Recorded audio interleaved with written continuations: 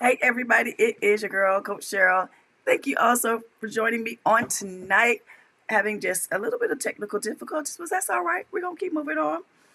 Thank you all tonight. I am so excited about what we're going to be talking about tonight. If you are someone that is past your 30s, you know, God has been good, He's been gracious, He's been kind, and you are in your 40s and you are single, you've been looking for love, but it has been elusive.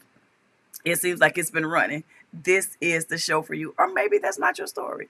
Maybe that is not your season of life, but you know someone who is in that season and they are trusting and they are believing God for a spouse. I want you to share this with them. You all know I am your girl. I am Coach Cheryl. I'm a minister. I'm a certified life coach, and I am an author. And we come on here every Tuesday to inspire you, to motivate you, to help you live the overcoming abundant life that God has for you.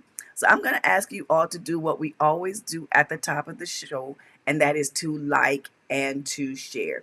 If you are on Facebook, I'm going to ask you to go ahead and share this.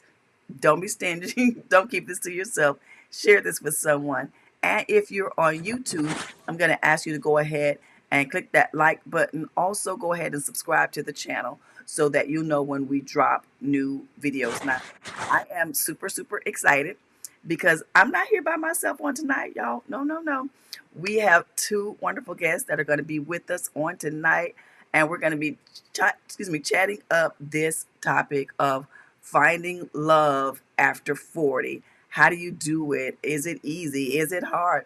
And I don't want you all just to sit and listen to us. I want you all to be very active. So I want you all to, feel comfortable saying something to us in the comments, saying hello. Hey, Lady Sylvia, thanks so much for joining. Appreciate you. Hey, Leslie, thanks so much for joining. Thank you all. Be sure to like and to share. Y'all know I am geeked and excited about our time on tonight. And so without further ado, I'm going to bring on my guest. And so in the middle, we have the male component to the show. We have Mr. Marcus Davis. He is a musician extraordinaire, a producer, all the things. And then we have my sissy, Valerie Thomas. She's here as well. Y'all know she's a all things fashion, boutique owner, all the things. And so I'm going to just open up the floor just a little bit for them to introduce themselves to you all. And then we're going to jump and dive right into our questions for tonight. Hello, my name is Marcus Davis. I'm 45 years old. Um, I'm a head trainer in logistics here in the Atlanta, Georgia area. I'm also a producer and musician, also music director. And I'm just excited to be here. Thank you for having me. Awesome, awesome. Miss Valerie? And I am Valerie. I am Cheryl, one of Cheryl's older sisters. And I am here to talk about, dating after 60. I am the owner of an online boutique. And I'm just out here trusting God with whatever He wants me to do. I made my decision to do that without sounding deep per se.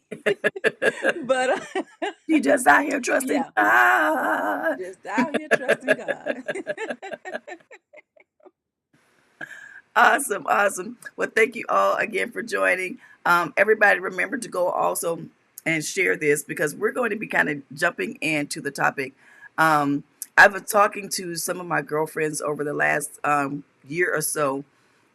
Most of y'all know, of course, I'm over 40, over 50, that is. And so often with some of my girlfriends who are also single, we talk about the ins and outs of what it's like to date, at what they say at this big age, and the ups and the downs of it, the challenges of it. But I didn't want to do just girl talk because a lot of times we talk amongst ourselves. So I wanted to have a male voice in this as well, so we can balance the conversation. So as we jump into the conversation, the first question that I want to ask both of you, and you can decide who answers first. The first question is, what does finding love really mean to you at this stage in your life? What does finding love, what does that look like? For me, I'll just jump right in. For me, finding love um, is much different than it was when I was younger. At this stage, I'm looking for somebody that can cover me. Not just somebody, that is to me the most important. Can you cover me? I've gone through life. I am the ripe old age, and I forgot to say that earlier, 59. And so I'm not looking necessarily for somebody, you know how we say somebody that has potential. I'm not looking for that at this stage. Mhm. Hopefully, he has already reached his potential or very close to maxing out his potential, because I don't want to have to raise anyone, to say if that does, I don't want to sound, um, I'm trying to find the word. I don't want to sound like I feel I'm better than anyone because I am not. However, I'm way past the game playing stage. I don't. If you approach me, you should know what it is that you're looking for, and I'm not playing games. That's what it means for me at this stage to be looking for love. Love God, Okay. be at your potential, and be able to cover me. Okay. Okay. Sounds good. All right, Mr. Marcus. Um, this like I think I try to always make sure that I walk light with the words of what I say, especially coming from a man point of Right. view. Yes, sir. I I think whenever we have these discussions, one of the biggest things that I think at this stage, being that we're older, you Mm-hmm. don't want to sound like there's still residue or a hurt. Mm-hmm. We have to be careful whether it's male or female, because the only thing about it is, I think for me, COVID showed a lot. Whether Mm-hmm. people were married for a small period of time or a long period of time. And I Right. think what happened, a lot of people that we thought were solid, we thought they had this going on and we thought they had this together. But when you realize that the world was shut down, you're in four walls, now you're not away from each other. Right. That to me showed, I live my life now based off of my purpose. I didn't find it early on. Mm-hmm. And I said, my prayer was to God, and it was bigger than just relationship, because I felt like if I can maintain these things here, I live on a creed of the difference in between being qualified and certified for something. Many of Okay. us, we move off of our self qualifications. But I made a mandate and I said, well, God, in any area, whether it was relationship, business, now being a homeowner, whatever the case may be, do not give me anything that I'm not certified and mandated by your law, because my personal qualifications is not good enough to sustain what I think I'm ready for. Mm-hmm. Sometimes the things that we think that we're ready for, I believe personally, as a man who is the head of my household, Mm-hmm. that it's not that God is not going to bless us, but sometimes we got to really ask ourselves and be honest. Are we trustworthy of the Right. things that we pray for? So I say, God, if you don't deem to see me fit Mm-hmm. in anything that that's of my heart's desire, I take a back seat, and He will Right. give me that. So now when He speaks, there are no questions. I won't mix emotions with His voice, and that's just my stance on that. Okay. I love that. I love that about we have to be honest with ourselves, and we have to ask ourselves, am I qualified? And in your words, am I certified for what I'm asking for?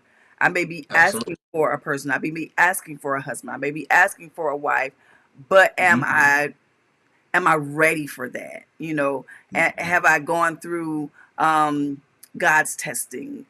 Can God trust me with somebody's life? Can God trust me with somebody's heart? Am I Yeah. trustworthy? So that's really, really important. So, I of love. Do you think that's changed over the years?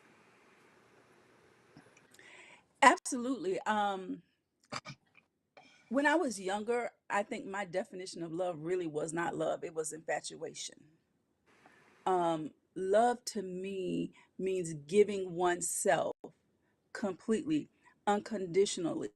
And so now at this stage, I understand that anybody that you come into covenant with or relationship with, that there are going to be some good days, there's going to be some bad days, and you can't walk off just because you had a bad day. Um, if you say you love somebody and you are going to be in a relationship with that person, that is something that you're going to have to walk out. I also think that a relationship should involve purpose. So, if I'm going to be in a relationship with someone, that person and myself should be able to walk out God's purpose for our lives together as one, and not just what can I get from you or what can he get from me, but there should be a unified goal that we can achieve together. Um, yeah. Okay, okay. So I like that. So you have matured in what you how you define love. Okay, Marcus, you want to Yes. that one as well? Yeah. I live by a simple rule: serve, Mm-hmm. serve. Okay. Which means I'm not impressed. And I would sit back and just listen. And just to kind of give you guys a forward caveat of this. I was also a police officer Mm-hmm. for a number of years, and even though I came up with mom and dad, certain things showed me how not to be. Even at a young age, I don't want to get too far off, but I really want you guys to see something a minute. I was putting handcuffs on people that were in their 40s and 50s and almost 60 years old in domestic calls. Those are like the number one calls when going to the house. And how I'm gonna tie this in is because it's like when I'm going to these houses and I'm like, wait a minute, why am I here on a domestic call and you guys are older than I am? So being of age, it does not make you mature. You can be young for a while, but childish forever. So Mm-hmm. I have a problem when I hear people say, like, we speak though as if relationships is just something that you just do. It's not Mm-hmm. something that you just do. From being a young boy, I learned to clean a house. I learned to cook my own food. I learned to Mm-hmm. pick up where certain things were needed. So Right. as I grew older, even when I got out on my own, I still now of course now what Val said is right. I don't think any of us saw love how we saw it back then now. But Right. but my foundation never left. I'm simply a servant. And for me as a man, I have what I call my wolf pack. So it's very funny that or should I say interesting that the young ladies want to, I guess, figure out some things. But believe it or not, the men, we also have we have our tribe, we have our village. And the Mm-hmm. crazy part about it is some of the guys are married, some of them are not. And one of the sad things is most of the guys said I feel more comfortable talking to you all in the pack than I do going home.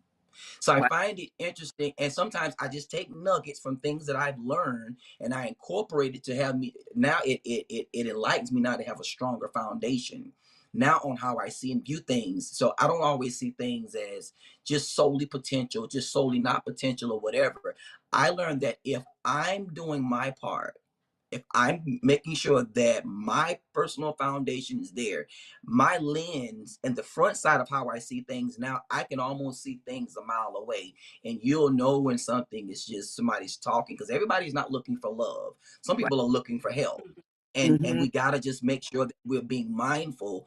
Right. Just like a man can't say, well, he just want a wife because he just wants a woman to cook and clean for him. That's not the same thing. Right. And also, I know a lot of single women, but they're not wives. Mm-hmm. So, we have to have those conversations and it not be taken out of content and Right. not feel a certain type of way. But I think that if we learn to simplify things, now it's easier for I know for me to see what I need to add and subtract and take away. And even on a bad day, I choose to have a good day in my house. I will not let stress take me Hmm. out of here. I'm losing a lot of my guys, and these guys, some of them, when they were single, they weren't passing away.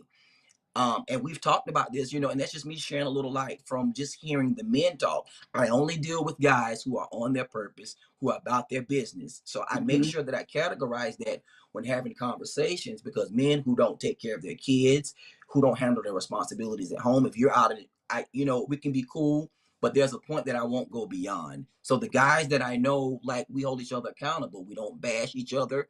We pray over each other. And, those are the guys now. And some of the guys that are single, they're really good guys, and they're like, if it happens, and God is cool. But I'm not out here hunting because I want to make sure that I'm staying locked in. I'm talking about some solid guys. These guys really Hmm. are about their business.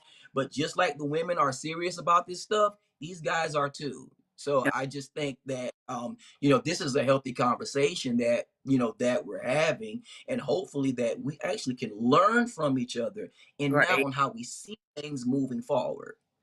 Yeah. And I think that's why it's really important to have these kinds of conversations where we come together to seek to understand, not to seek to have our viewpoint heralded above anybody else's, but that we're coming for understanding.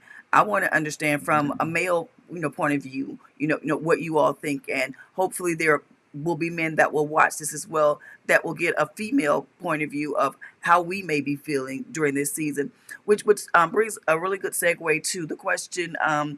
What do you think are some of the biggest challenges for Christians in this age group that still want to be married, that are still looking for love, still looking for connection? What are some of the challenges that you face? As a woman, um, my age, I know I can count probably 10 people, not necessarily in my immediate friend circle, but in my very close circle, um, who are single and who have never been married. And that, and the Bible tells us that this was going to happen, that, you would have, what is it, 7 women to 1 man. And so we find ourselves in that situation where we are single, and a lot of us are quality women, and we're not out there living any kind of way. I can't speak for all, but a lot of us are keeping ourselves and living the way that the Bible tells us to live. But we find ourselves in a situation where you may have, the 1 to 10 ratio. So um, what I have kind of learned to do, and it's not a bad thing. I just try to be content in the situation that I find myself in. One thing that I find comfort in is that God has given me companionship in my sisters and my friends. So I am not freaking out because I don't have some. Would I like to have someone? Absolutely. Am I going to die if I don't? No way. Um, but a lot of us find that it is difficult to find someone because there are just so few guys compared to the number of available women. Okay, all right, I love that. The numbers game. There's just more women than there are men, um, especially men that maybe you want to consider for husbands. Marcus, do you have what are some of the challenges that men find when they are looking for someone? Um, this is gonna probably be a little bit of a tough one to answer, but Hmm. I can share this with you guys. Everybody may not be a Cheryl. Hmm. Everybody may not be a Valerie, and I say this is because um it's the lack now of just simply being nice, Hmm. simply just saying, hello. Every man, somebody said chivalry, I believe, has died. I said, no, chivalry has not died, but I think disrespect is at an all-time high. It's called having good Mm. manners. Hmm. It's called being respectful. I even get things, even talking from my dad, my uncles. I'm talking about these are solid guys. And they'll say something like, man, why are a lot of our sisters so mad? And now, mind you, they're married, and I'm not just trying to, throw off anybody or say anything wrong. I'm just saying, everybody can't say the same thing. Even if it was me, if somebody Mm-hmm. told me, said, I think you're a bully and you're ugly. If 20 people told me that, then I may need to do I may need to look at the person back in the mirror and say, I may be the problem. Right, right. But but we've gotten to a place, and I'm gonna be very honest with you all. Um People say stuff like, well, maybe they weren't raised or maybe they weren't taught. But what I had to come to the realization about the world that we live in, the world does not owe us any understanding. It's either I'm gonna do what I need to do to position myself to be the best version I can be of me daily. But I don't want to come off wrong. And some things, not being deep, but Val, you were right. It is a numbers game. Now, I will say this. I have some of my female friends, and they'll talk to me and they'll ask me certain questions. And I said, well, let me ask you this. I said, well, where are you looking? Start there first. Most of the guys, if I'm honest, a lot of them, they've kind of like, I don't want to call it a frustrating thing. It's just more of, I'm not going to be like, I guess, out hunting. We've even Mm-hmm. taken things out of content, even what the Bible says. I had a friend of mine, I mean, he does well, and we talk. Some people like to try to match make stuff, but I think they were trying to hook him up, and something simple as like how you said, about your friend, good guy, locked in, and they talk. And I think because they both have very good careers, he said, I Mm-hmm. reached out and I didn't get anything back in return. And I said, okay, it's not a big deal. And then he sent a text. Now the Bible says that a man findeth a wife. And I think this is a very important thing that I'll insert. The Bible says that a man findeth a wife.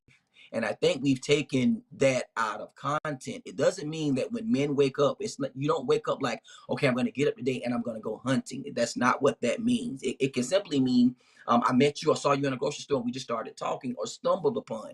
It does not mean, I hear some say a lot about like the whatever happened to the chase. And I said, the last time that I read my Bible, I said, what did God say about the chase? God said, those who I love, I chase. He never said chase. It's a difference in between showing interest, and you too I feel like now it has to be a two-way street, not a one-lane highway. Because a Mm-hmm. lot of times you get burnt out doing it, and they say, well, I think people know what they want. I think that's true to a degree, but I also believe that sometimes your actions can maybe have a person to take a step back or detour. Okay. And and I have seen that before, and it doesn't mean that you're just a bad person, but maybe something that they saw maybe didn't sit well with them. So everything is not always the end all be all, but I do think that we have to just be more vigilant in seeing certain signs that we want to look for up front. And it still does not mean that the person is not a good person. That just may not be your cup of tea, for that thing. But I do know that it is some great guys out there. I have a group called friends of mine. You can look them up. They're called the Husband Type. Very Okay. good guys. I mean, Mm-hmm. these guys are solid. So they're not, like they're not playing games, but they're not just hunting like that. They were just like, I'm so locked in.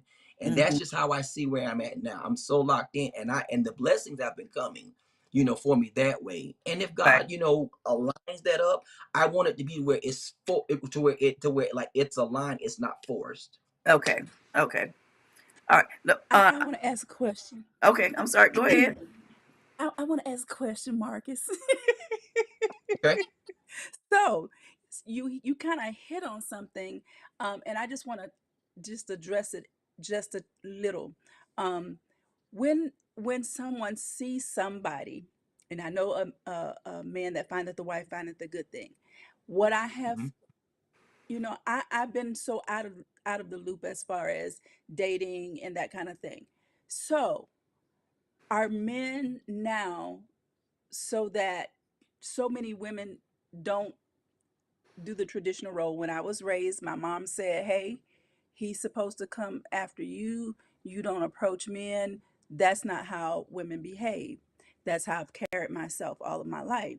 And so what I find, or what I feel, and I could be wrong, is that some men have been approached so much by women that that is their expectation. And Okay. I don't know how to handle that, because I've never been the type to approach anyone. And I yeah, what is that about? So I do believe in tradition, but I also, me personally, I don't think everything in tradition was always right. Some things we may have to unravel and unlearn. It does not mean that our parents were less or more. I think that a lot of things they did off of what they thought that they knew. Now, what I will say is this. Even okay, if you're out and about, most women are not even approachable. I'm talking about just like simply saying hello. And it's not that you walk around with a Kool-Aid smile. I'm not saying that. But again, you can feel certain spirits. It's no different than when you walk in a room. You can tell when Mm-hmm. something's off, or you've been around a person and something doesn't feel right. I make the suggestion and I say, at least make yourself approachable. We look now, and it's the thing of, don't say anything to me, sir. And I don't know if it's that, it's a disdain hurt that will never go away. Certain things I can't answer for all, but what I will say is this right here. Don't allow yourself to not be so approachable that a man, if he does see something in you, he also, if he's really locked in, we can tell when you don't want to be bothered. Most of the time now, they probably won't say anything. I've held the door open for some. They walk right by me. They don't say thank you.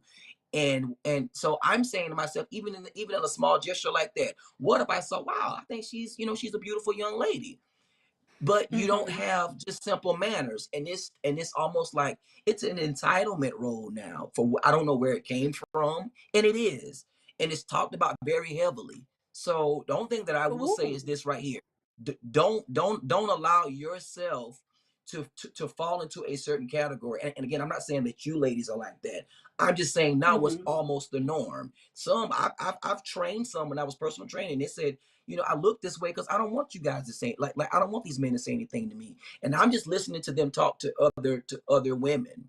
I've always said, talk to a man that you respect and see what those men are saying. Don't talk to other Mm-hmm. women or other single females. I'm telling you from a Mm-hmm. man that will have them guys. They're gonna say, you know what, we're looking, but we're not looking for you. Not with that. We don't want the attitude. Okay. This stuff is putting these guys in the ground. So why would they approach you if they already can tell, or if there's something that they're feeling like, hmm, she really don't look like, that she really wants to be bothered. And it's just can be simple, hello, how you doing? Hey, how are you? And that's it. So it's Mm-hmm. just like I keep it simple. It's small stuff, but I can tell when there's something and you don't want to be bothered. It's very obvious. So Okay. So smile more. I hope that helped. I hope that helped. It does help. It's just, um, if I see somebody that I'm interested in, and I'm being a Hmm. little transparent here. If I see somebody Absolutely. that I'm interested in, I'm if I say, "Hey, how are you doing?" and my eyes light up, I'm interested. I'm gonna need you to come on and say something to me more than, "Hey, how you doing?" back in that instant conversation. I need you to show me that you're really interested in me, because I'm already putting myself out there by just saying, "Hey, how you doing?" You know? Well, you know what though? Um, So now that's a good point. Well, now I'm gonna flip something a minute. So Cheryl, I'm gonna okay. ask you something. What Okay. would be now? I'm gonna show you something. I'm gonna show you guys something though. What would the proper way for a man to approach you? It's a simple question. I'm asking you. What would be a proper way for a man to approach you? For me, it's similar to what you're saying. Just be kind. Just, I mean, Okay. I you can just come up and say hello, how are you, and start conversation. I don't need Okay. deep, because I don't like lines or whatever. So just be genuinely who Okay. you are and just come and say hello. Okay. Valerie, same question. Um, I am the same way. And I am going to speak to anybody, even if somebody is not interested in me. I don't care who you are. I don't care what color you are. If you show me any kind of kind gesture, I am going to reciprocate just as you said with a thank you. So if someone opens a door for me, I'm going to acknowledge you. I'm going to look at you in your face and I am going to say thank you. And if I'm on a sidewalk walking next to someone or walking by someone, regardless of who it is, I'm always going to say, "Hi, how are you?" And if sometimes I might have something on my mind, but I'm going to smile. If the words don't come out, I'm going to give you eye contact and I'm going to smile. I'm always going to do that. I'm never going to be rude to anyone. Now, if I see you and this is the only time that I will do this. If I see someone on the street or I see some that I'm walking by and I'm fearful of that person, because there have been times I have seen people that have scared me. I may not say anything and I might not smile, but that is the only instance that I will do something that like that. Okay. Now, I like that you both gave great answers. We only have one problem. We got to go back to what you said earlier. It's still a numbers game, and now Yes. this is this is something now just to help the sisters out the same way. And I want you to take this and just remember this. Let's say that you say, okay, me and 10 of my friends aren't like that. We only have one problem. You have 100 ratio. You were right. The women outnumber the men. But here was Mm-hmm. what the problem. Here's where it's gonna get tricky at. 10 of your friends, how can the good guys um how can the good guys see you all? They can't get past 100 to find the 10. Then if you take it up another notch higher, the 100, there's another 1,000. So I even think that sometimes, again, going back to what I said earlier, you have a lot of single people, but when you start asking them certain hard questions, they're not a Cheryl. They weren't raised like a Valerie. So again, you have just a lot of single sisters. Those are the ones, those guys are gonna look right past. The other thing that we have to stop doing in our community is we gotta stop calling men gay. I think that's just it's it's just a bad taste. Like every man who's not trying to, go that route with you, it's like, girl, he gay. It's like, and like sometimes you kind of scratch your head like, I mean, is that like the only line that you guys have? So most time, like you kind of make a joke about it now, and I think that now it can put a bad taste, in a person's mouth when you may not carry yourself like that. So even in your friends, if you're around friends that always have something negative to say, they don't come in good faith, and it's just you men, I'm going to say as a man, remove yourself, please. Because if I came around you and if I just want to come up and say hello, if I'm seeing and I can pick up on that spirit and it's 4 or 5 of them over there that's like that, I don't know that you're not like that. It's no different than when I go and pick up a puppy. How can you tell me this is the best in the litter? How do I know that? I don't know that. I got to pick through the litter to try to figure out which one is which. That's why I say find your tribe, get around more healthier people, who have positive things to say. And it's just like people, I mean, y'all hear about the energy and the positive vibes. That stuff in the natural, that's what that is. In the spirit realm, it's trying to spirit by the spirit. So now Mm-hmm. I can sense that it's still something that's there. What has you so triggered when we haven't even started conversing yet? Okay. Okay. I get it, and I know sometimes it's hard because I think those same ratios can apply to women, where there are 100 men that come to us that just for there's so many different things that we have to wade through. So I think that we're saying the same thing, that we are going through the same kinds of situations where the people that come into our circles are not the kinds of people that we want to be in any kind of long-term commitment with. And from what I'm hearing from you, Marcus, is the people that may come through your circle, of the good guys that you hang around and that are your part of your brotherhood, y'all aren't getting the quality women or seeing those come through. And so we got to find out a way how to get all these quality men and all these quality women somewhere together so that they can at least meet and have friendships, and so that we can have healthy viewpoints of what a good man looks like, even if that's not our man, and so that those good men can have a good picture of what a healthy woman looks like, even if that is not their woman. We've got to start trying to connect so that we can have good friendships, good community, and so that, especially as African Americans, we can see what good people look like. We can have good friendships and good community, even like I said, if that's not our person, so that we can see that, he may not might be my person, but he may be a person for my friend, or he may be a person for Mm-hmm. my sister friend, or I may not be for Marcus, but I may be for one of Marcus's friends or one of his brothers. And so I think we got to start kind of trying to develop those kinds of communities so that we can see each other, so that we can affirm each other, and so that we can celebrate each other.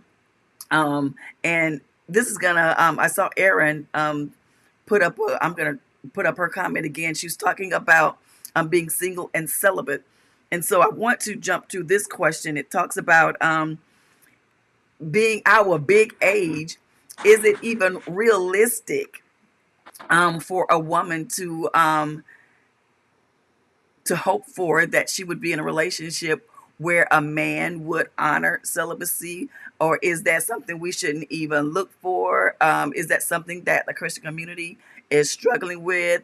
And I'll start with you, Marcus, and then I'll go to Val. Should that be our expectation, that at these ages that we should expect celibacy to still be on the table? I would say yes and no.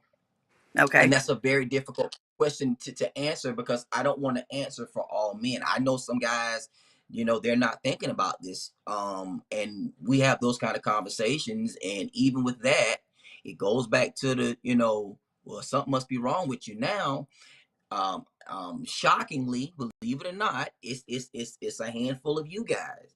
And we Mm-hmm. gotta be able to have these conversations, Mm-hmm. and whether people are watching online and no one takes offense, whether you're saved or not saved in the church. Here's the thing: women want it just as bad as the guys.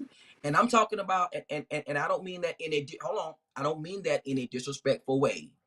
Oh, I What get I'm it. saying is, it's just that you can't assume because people go to church. See, Mm-hmm. we deal with stuff on the surface level, but you would be surprised. I'm talking about. Listen, I'm a musician. I'm a music director at two churches. I've been doing this a very long time, Mm-hmm. and I'm talking about stuff that when I say behind the scenes stuff, and I dare not call people out. I'm talking about stuff. It's like for me, it doesn't even affect me anymore. Nothing phases me because when you've seen it all, it's like, oh, okay, I get it. All right, yeah, here we go. Mm-hmm. I had a friend of mine. I'm just gonna use this as an example. He's a clean cut brother. He bought his business, and he's anointed. He can play. He was playing for I think it was a woman pastor, a fairly nice sized church. I forget what state we're in. Well, he ended up, I guess, about 2 months in, 3 months in, and I'm just like, wow, man.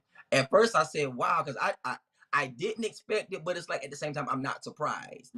So, um, when he got the call, they had a meeting, and she said, "Well, listen, now you're anointed, you can play, and I do expect for you to go off, with the church and everything, but I also expect to kind of you to break me off, and I won't go into that. This is from a woman pastor." And the only thing that I'm trying to say is, see, when I have conversations with people with me, they like talking to me because they know I'm not going to sugarcoat anything. I said, Right. if we only talk, I said, if we talk on the surface, it's an underground world that you don't know anything about at Right. all.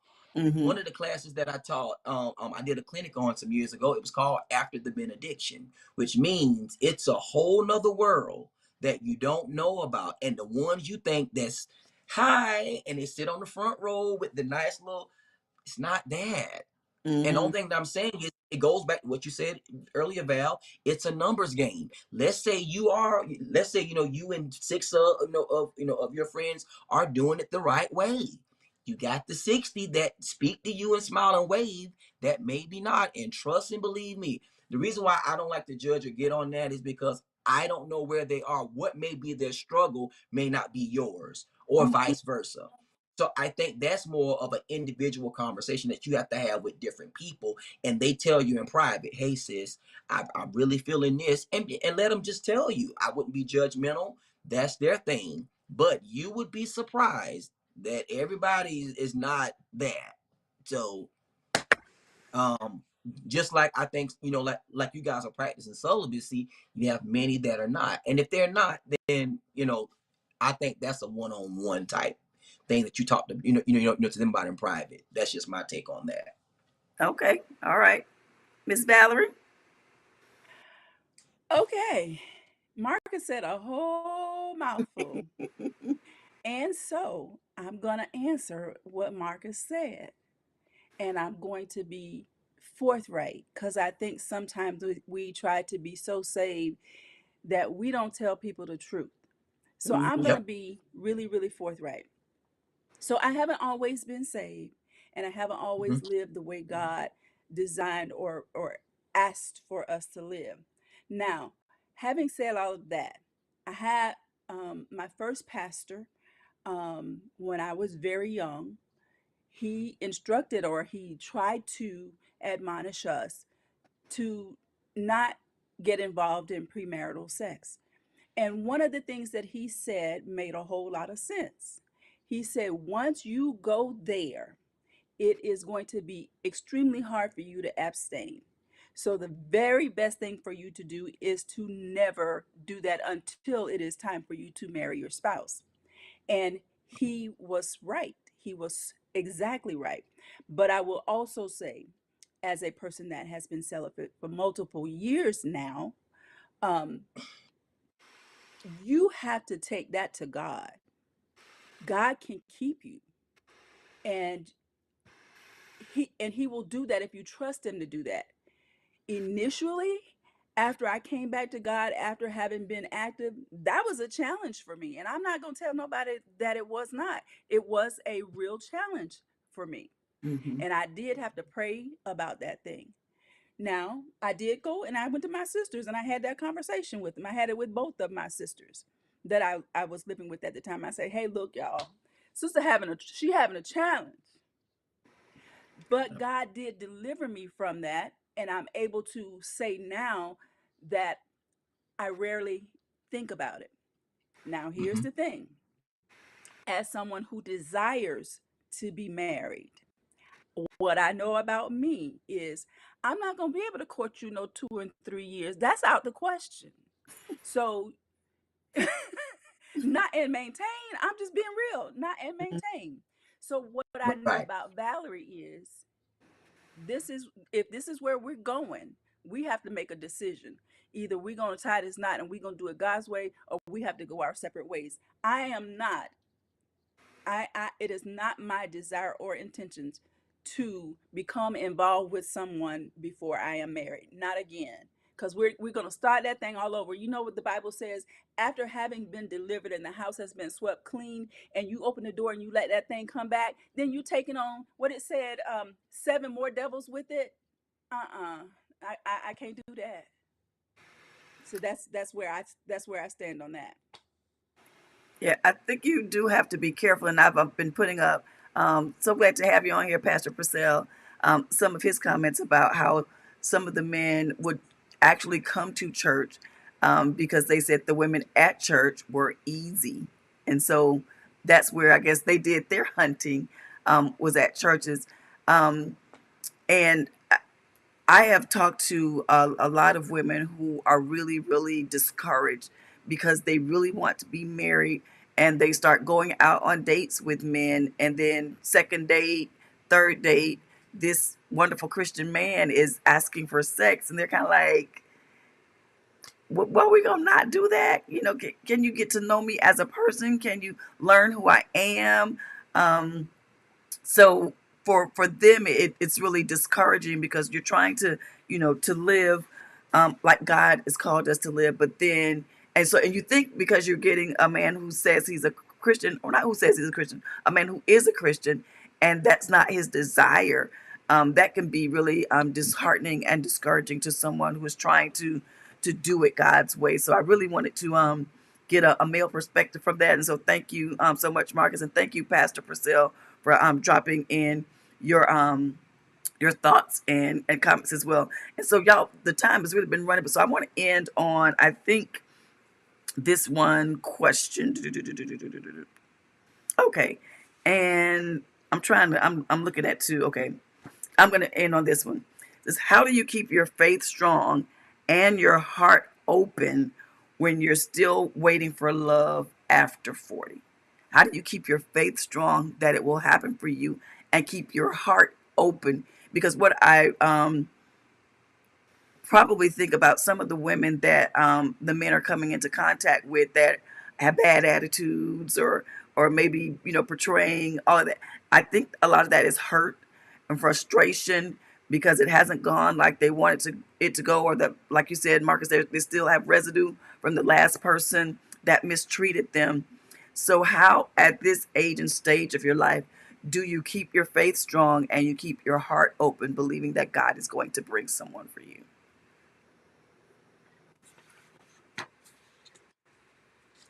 Go ahead, Val. You can. I Okay. mean, yeah. Okay. So for me, um, I keep my faith strong by knowing that God will not withhold any good thing from me. If it is something that is going to be good for me and beneficial for me, then God will make it happen. The Bible says, when the time is right, I, the Lord, will make it happen. And Mhm. so I take comfort in that. And I also had to learn to not make marriage an idol in my life, to be content with where I am.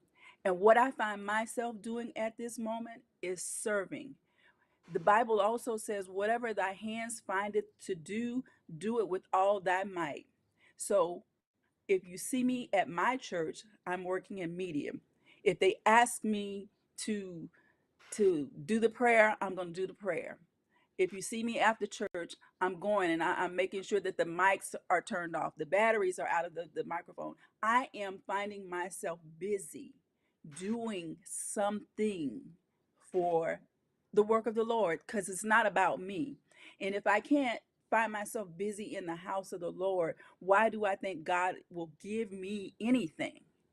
If everything else is more important than doing his work, why is God going to give me anything? Why is God going to give me that particular desire? Because when you get married, it takes away your time from doing the work of the Lord. So if you already ain't doing the work of the Lord, if I give you this, then you're going to have less time than you had to begin with when you weren't doing anything in the first place. So that's how I find comfort in where I am right now. I am just giving myself to God. Whatever he needs me to do, I make myself available. Whatever is needed in the house of God, I try to do that. Um, yeah. All right, I love it. I love it, Marcus. I'll go back to my original statement, and it does not change. I'm gonna stay. I just learned to stay to the plow, stay serving, Hmm. because when you're in that time and when the set time comes, you won't also see only what you will put the person in higher esteem than yourself. And what will happen is, by the time you get to that place that you long for, it won't be something that you have to turn. You can't turn something on that's done through conditional serving. I want Hmm. to do it Mm-hmm. unconditional. It is a big difference in when you only love me based off of the conditions of what I can do for you. Right. I'm gonna Mm-hmm. serve. I'm gonna serve regardless because it's just who I am and it was how I was raised. That's why even as a man, certain things it does not impress me. Mm. I'm a servant by nature, and if I can serve now in the set time, it won't be hard to serve when it's time. Oh, I love that. So that if I can serve in the set time, it won't be a problem when it's time. I like that. I'll have to write that down. So somebody drop that in the comments as we start. But I want to thank you all so much for joining me tonight. I didn't do this. Y'all let them know how they can contact you, how they can follow you. Tell us your social media handles so they'll know how to reach out to you. I know Marcus is a music producer. He does all those things. Val has her own um, online boutique. So tell them how they can connect with you all. Just my name, Marcus, last name Davis. You can also go to weightedkeysproductions.com as well. This year we will actually be launching the business full tilt this year. So I'm so Woo-hoo! excited.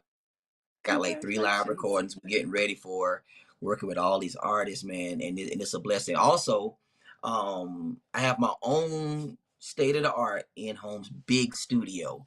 So I've been working Oh, with clients awesome. from so I've been working with clients from Florida, North Carolina, Virginia, South Carolina. I'm talking about I've been working. I just didn't post last year. My mother had a surgery, so this year we will be doing the full launch, and we're excited. So Oh, awesome. I'm not hard. Absolutely. Get this. So y'all make sure y'all hit him up. Marcus Davis. All That's right, it. Miss. Congratulations, Marcus. Thank Yay! you. Thank you. Thank you. Thank you. And of course, you can find me on Facebook. My business page is Lavelle and Co. So you can find me there. You can also find me on Instagram, also at Lavelle and Co. I am on TikTok. I'm just starting to get active on TikTok under Lavelle and Co. It may be Brilliant. Get Sparkle by Lavelle on TikTok. I have to update my name there. I am on YouTube, just starting on YouTube. So I am just trying to find my community of women that want to get together and motivate one another. And so that's what I am doing. So I encourage you to follow me on either of those platforms. I like to motivate as well as doing the boutique because I don't want anybody to feel like that they are not worthy. You are God's creation. You are beautiful in His eyes. And so don't let anybody make you feel less than what God has created you to be. Awesome, awesome. Again, thank you both for joining us, and thank you everyone for hopping on. And I've been trying to put the comments up here. Also, if you haven't already, go ahead and share this on your pages so that those that couldn't join us live will be able to catch us on the replay. Also, let me do this really quickly. Next week, I am so excited. We're going to have, uh, we started in January with I got to get myself together. And so one of the guests that I was going to have had a death in her family and she wasn't able to join us, but she's going to be with us on next week. Her name is Catherine Franklin, and we're going to be talking about I got to get my wealth together. We're talking all things money. I believe that this is really, really a time when the body of Christ has to get really, really serious about finances, about money. Not money so that you can just have money, but money so that you can be a blessing, money so that you can, in the seasons that we see our country and our world going through, that your family can be secure, your community can be secure, and that you can be a resource for the body of Christ. So be sure to join me on next week with her. She is she is good with money. She is a wealth coach. That's what she does for a living. She in her former job helped people with millions of dollars. So y'all, we try to bring you all the best. So make sure that you join us on next week for that. And just before we leave, I'm going to drop in a quick commercial break. I was supposed to do it during it, but I didn't want to stop all the goodness that we have going on. So thank everybody again for joining, trying to pop in y'all comments before we jump off on tonight. But there'll be a quick commercial, and then we will look forward to seeing you all on next week. God bless you all, and we will see you soon. Hey sis, it's Love Month, and I've put together something special just for you. If you're a woman waiting on God's best, preparing your heart for God's timing, or simply wanting to speak life over your love journey, then you're going to love this. Introducing the Wife in Waiting Bundle, a powerful digital collection designed to encourage, equip, and prepare you for the love story God is writing for you. And the best part? It's available for immediate download, which means no waiting, no shipping delays, just instant access to start your journey today. Here's what's inside. Dear Future Husband ebook, a heartfelt guided devotional filled with 31 days of wisdom, encouragement, and faith-based prayers for women believing God for marriage. Dear Future Husband journal, a beautifully designed lined digital journal where you can record your personal thoughts, prayers, and reflections as you trust God for your future spouse. Print it out or use it digitally. Preparing for Love, 30 days of kingdom affirmations for your future. Speak life over your love journey with faith-filled declarations that will strengthen your heart, build your confidence, and keep your hope alive as you wait on God's best. And guess what? This entire instant access bundle is available for just $17 for the month of February. Sis, if you're ready to prepare, pray, and position your heart for God's best, this bundle is for you. Click the link in the comments to grab yours today. Download instantly and start your journey toward love and faith. Remember, this special offer is only available for Love Month, so don't wait. Let's get ready for the God-ordained love story you've been praying for. Thanks so much for joining me on this week's episode of Church Girl Chats. I hope this conversation blessed you, challenged you, or gave you something to think about as you walk out this kingdom life. If you enjoyed today's episode, don't keep it to yourself, sis. Go ahead and like, share, and subscribe to the podcast so you never miss a chat. And don't forget to spread the word. Share this with a friend, your sister, or your church group. Let's keep building this amazing community together. I can't wait to chat with you again next week. Until then, stay blessed, stay faithful, and remember, God's got you, sis.